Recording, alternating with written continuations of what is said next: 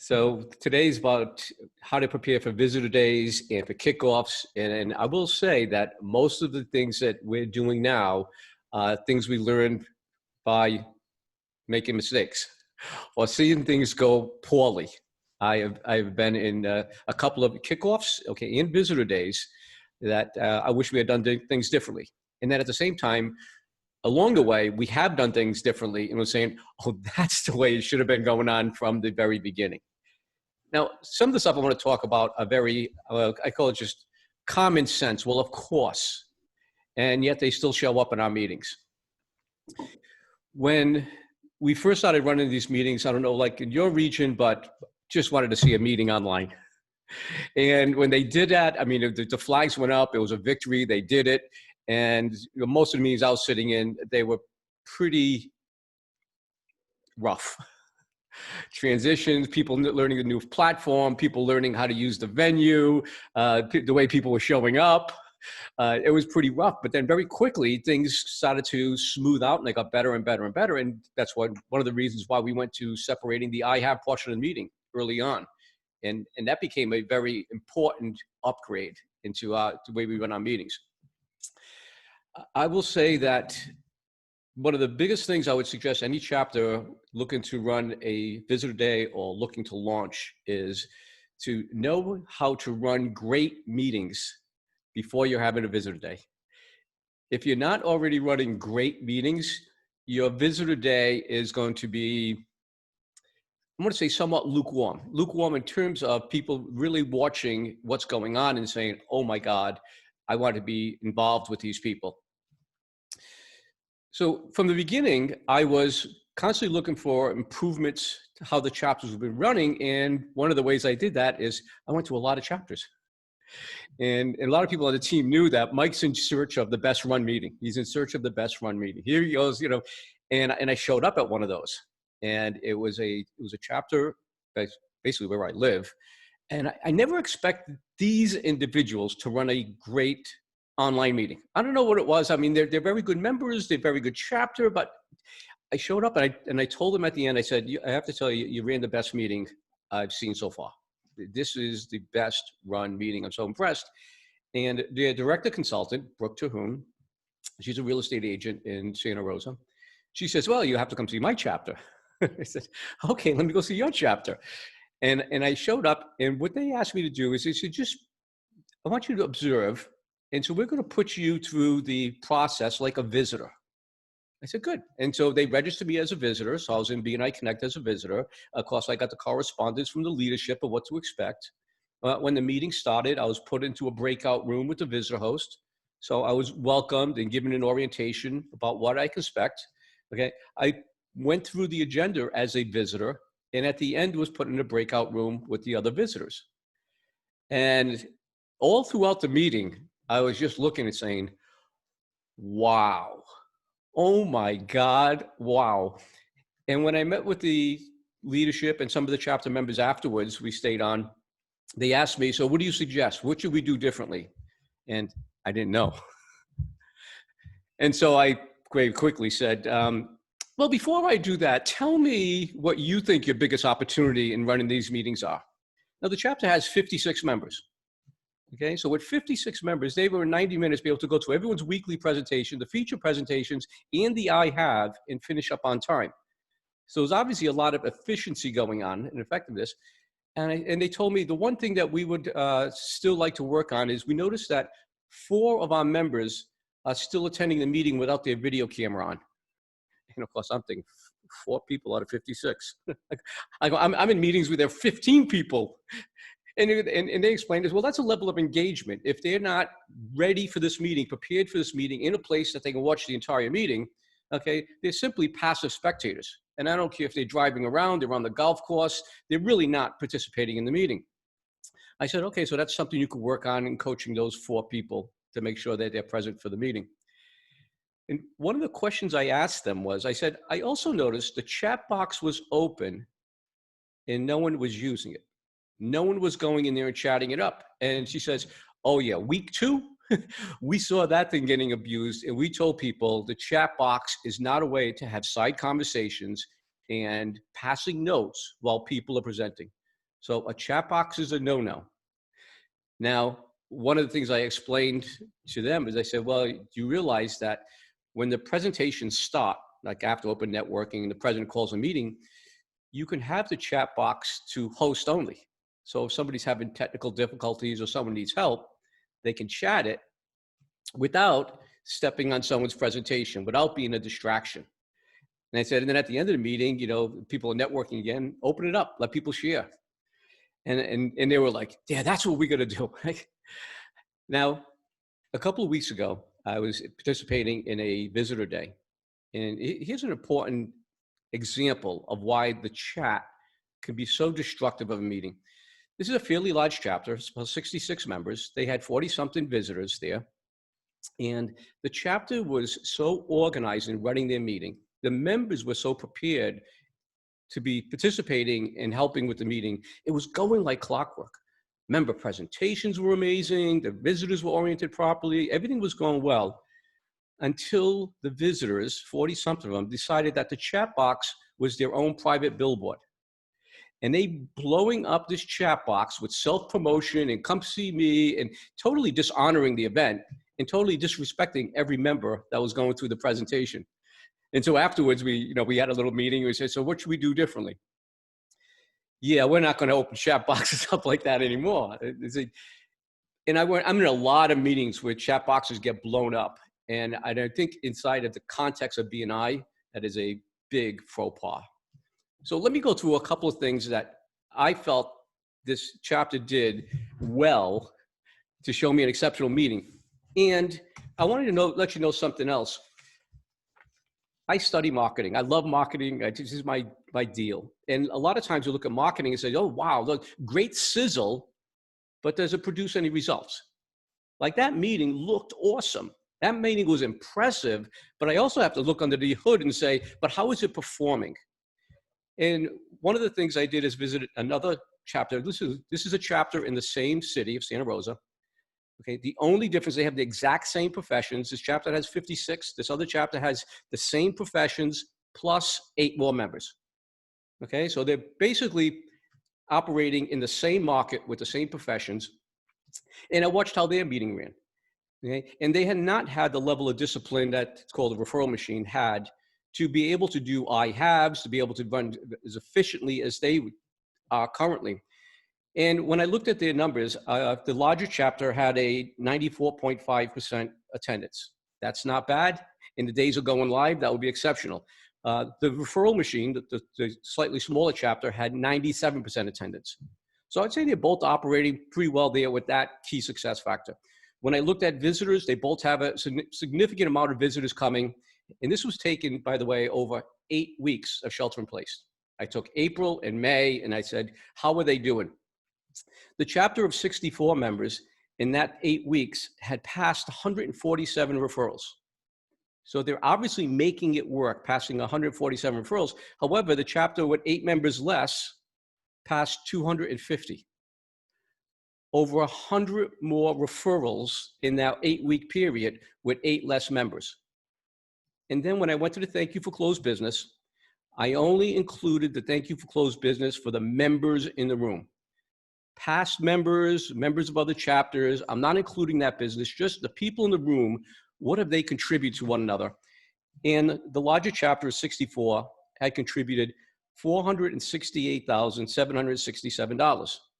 Most people will look and say, $500,000 is pretty good considering our business restrictions. Well, when I went to the 56-person chapter, in that same 8 weeks, they generated $916,235. Double, $500,000 more than the larger chapter. And so I feel more than these disciplines are nice, they're considerate, they're respectful, I believe they're necessary to really have a productive meeting, to have a productive relationship in terms of helping each other with our business. So one of the things, there's a leadership function and then there's an individual function.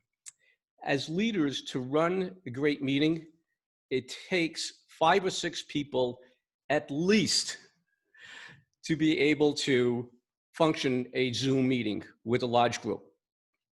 In the beginning, of course, it was all falling on the president. They were expected to run the PowerPoint and run the Zoom functions and facilitate. And yeah, that is not going to work. And so not only with our regular meetings, but our visitor days, and even our kickoffs, we have meetings with the entire group to talk about the functionality of how the meeting is going to run. And we start off by making somebody the host. By the way, it's not the president, but the host understands Zoom and can set up the breakout rooms, for example. And then we assign the president as co-host and a number of other people as co-hosts. And here are some of the roles. Obviously, the president knows what their role is. They're going to run the meeting. Somebody else would run the slide deck. Okay? And what that means is they're going to advance the slides. Now, in the referral machine, they had 30 seconds to do their presentation. And again, one of the things that blew me away is how prepared everybody was for 30 seconds. When their slide came up, their microphone was unmuted and they were presenting. It wasn't that 10-second delay. Are you there, Mike? Mike, are you there? No, they were there, they were on it, and by 30 seconds when their time was up, they were done. Now, no chapter is perfect, and there were actually a couple of people that weren't done. Okay, but when that 30 seconds was up, the next slide was brought up and their microphone was muted. So if they weren't fully prepared to stay within that 30 seconds, there wasn't a grace period. Okay, and that level of professionalism showed up over and over and over. So obviously you would need somebody with a role of muting microphones. And that sometimes is because, again, if somebody's going over, well, their ear time is up, so the microphone will get turned off. But sometimes people forget they turn it off when they're done presenting, or visitors come on and they're leaving it open. So we have microphone managers. It's also come to our attention, it's a good idea to have a camera manager. When I participate in a meeting, what I do when the presentations are going on is I go into speaker mode. So I'm only watching the person present, and I can say present for them. Some people don't like that. They like to see everybody. That's okay. And the challenge can be, if you're looking at a lot of videos, people that have distractions going on in their video.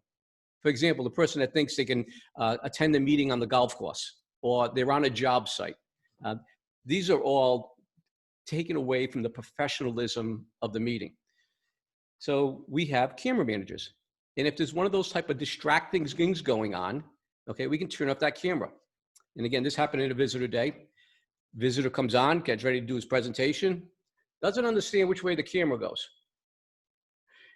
And the entire room, we had about 60 people in a room, are watching this man's boxer shorts in bed. Camera manager can project the professionalism of the meeting, turns off the camera. So we have a camera manager, we have a microphone manager, we have a slide manager, obviously the chapter, the president, and then we also have a chat box manager. And that would just be a co-host that if something came up in the chat and it went to host only, they could respond if somebody needs help. Okay, and that's what that would be used for. Now, as far as the individual preparation, it starts with, have you secured that time for the meeting so that you can be present for the meeting? And that means finding, in some cases, a challenging part of finding a quiet place, finding a place that will make you look professional, showing up looking professional. You know, if I'm in a room full of professional people and Mike shows up with his hoodie like he just came back from the gym, I just undermine the marketing of every individual in that room. I've also undermined the marketing of the group itself. So everyone making the commitment that I've blocked this time that I will be present and professional.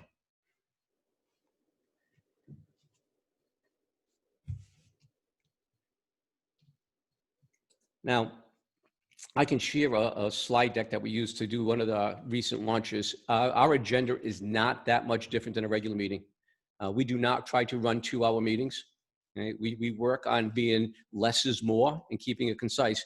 But before we do that, I want to show you an analogy I've been using to share with people how this works. This is my analogy. my dad gave this to me. He used to collect antiques, and so he gave me one of his muskets and a couple more as well. And it's interesting. This is an 1863 Springfield musket, 1863. And what's interesting, in 1863, it came with a marketing plan for 2020. Wow. Most people wouldn't know that, but it came with a marketing plan for 2020.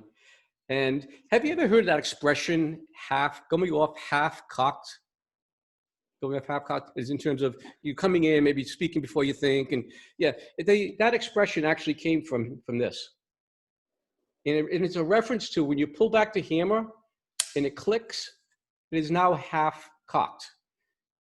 And the half cocked position allows you to load it with gunpowder and ball and cap. And it also allows it to be in a safety position. This trigger does not work when it's half cocked. And so if I was instructing, believe it or not, I actually can instruct people on how to use this because I have a reproduction. If I was teaching somebody how to use a musket like this, we would talk about being half cocked, and we would talk about the user not being fully prepared. And when the user is not fully prepared, it doesn't function. It's only until you are fully prepared that the trigger will actually work and the gun would actually function. Okay? So coming up half cocked, and if you think of this as B&I, you can have the powder, the ball, the rifle itself, the user, you can have all of that working, but if you're not fully prepared, it's not going to function. And I think all of the little things that we've been talking about is what creates full preparation. And that's where we get the type of results where two groups, meeting in the same community on simply different days are generating double the amount of business. So those are the disciplines I've been talking about. I'll show you quickly the PowerPoint slide that one of our directors set up and organized. So she organized this for our recent kickoff. By the way, she should go on the road doing kickoffs. One of the things that I saw very early on is throwing the online meeting and the kickoff to the president to run, not good. You need somebody with a lot of experience on how to manage, how to manage people that go over time, how to, that everyone knows in advance what's going to happen. And so Ashley was running this with the president, with the leadership, and myself. And we just started going through things like, the etiquette and the disclaimer of that we're not recording this, and this is our leadership. In most meetings, we have each of the people on leadership introduce themselves, but for the sake of time, the president just announced who they were. Go over the core values. A lot of this is familiar. This is a purpose and overview we adapted for our online meeting. And then we go into our presentations. And if you're not have this slide, the big thing here is not only a nice profile picture, the next presenter, but a timer. And in this case, we had them doing 45-second presentations with the timer turning red when it hits 10 seconds. And we went through each of the participants. And this was very important for all of the visitors that they knew in advance through their meeting with the visitor host prior to the meeting. They met in the breakout room to understand what their presentation was going to look like. So in the breakout room, they were trained that we like to hear your name, your profession or company, and then one sentence that describes what you do and who invited you. Obviously, the who invited you gives credit to the person that's inviting them. Now, I would actually let that person know that 3 times. They did not prepare ahead of time what they were going to say. As a matter of fact, if they did prepare what they were going to say, it's probably the stuff you don't want them to say. Like, hi, I'm a stranger, give me business. So we would go with it, name, company. So let me give you an example. My name is Mike Macedonio. I'm a business coach. I show business owners how to leverage their relationships for more business. And I was invited by Michelle. And then visitors would also get, well, why don't you give me, would you like to practice that? And while they're in the breakout room, they can actually, do their introduction. So when they come here, they already have that script. They're not nervous. They're not distracted. And they can stay engaged with the rest of the meeting rather than trying to anticipate what they're going to say. We know this from our BNI members. When members don't come prepared, they tend to spend most of the meeting and wondering about what they're going to say, what they're going to say, what they're going to say. And they're actually taking little bits of what other people are saying and adding that into theirs. And so they don't pay attention to anyone for the entire meeting because they're thinking about what they're going to say. And then after they're done, they sit down and they start thinking, you know what I should have said? So this easy script helps them stay more engaged. And they actually get a 10-second timer. They should not need a 10-second timer. However, the mute manager and the slide manager knows if that time is completed, we're moving on to the next person. So how do we know who the next person is? When we go into the breakout room in the beginning, one of the visitor hosts is renaming every visitor. And the way you do that, you just click on their profile picture or their video, the 3 dots, and do rename. Now, I could even rename Michelle. Okay, for example, one of the things a lot of our members are doing is they're putting their occupation or company into their name. So mine says, for example, Mike Macedonio BNI. You know, it might say Ashley is in photographer. But for the visitors, what we do is a lot of times they have no name. It's some code, you know, but we put a full professional name, their full name in there, and we put a V before it, a V for visitor. So the visitor host could have the participants list up, and since they're all alphabetical, they can call the visitors out separately from the members. And so it becomes a fluid way of, okay, we'd like Michelle to go next, and after that will be, and so we get to all of the visitors in a timely way. And making sure they understand that within that 10 seconds is the airtime, and then your microphone will be turned off and we'll be moving to the next visitor. And by the way, that slide, all we do, the slide deck person, all they do is keep going back. You know, we run it down, we stop it, we got it back, we start it. Then the speaker rotation from the visitor host, the featured speaker of the week, and I was the featured speaker for the kickoff. And then we go into the I have. And each member gets 15 seconds to do all of their I haves, again, with that same preparation, like I know I'm next. So my microphone is ready to go, and I can use my full 15 seconds. Now, one of the things that we've been doing at the visitor days is rather than having them go with the visitor host and hearing about the application process, we actually do it in the whole room. And it can be done with the graphics we have in BNI, with the what business is like without BNI, what life is like with BNI at home.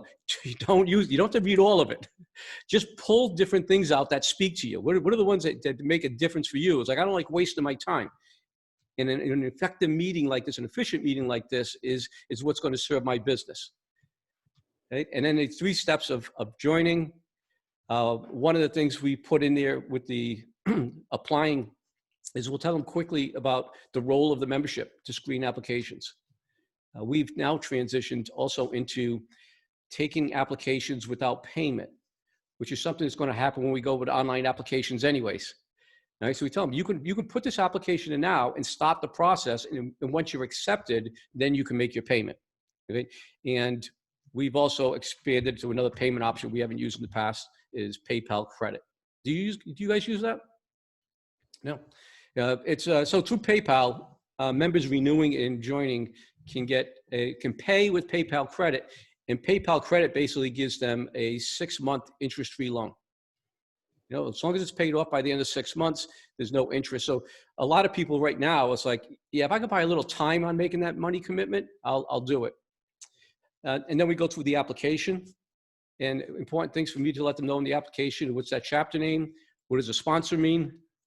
All right. I tell them, don't be shy on any of your credentials. It'll really help the membership committee. Here's your business references. And in terms of your investment, this is the marketing investment. It's an annual investment. And, I would encourage you to think about what type of return on investment you would need in your marketing.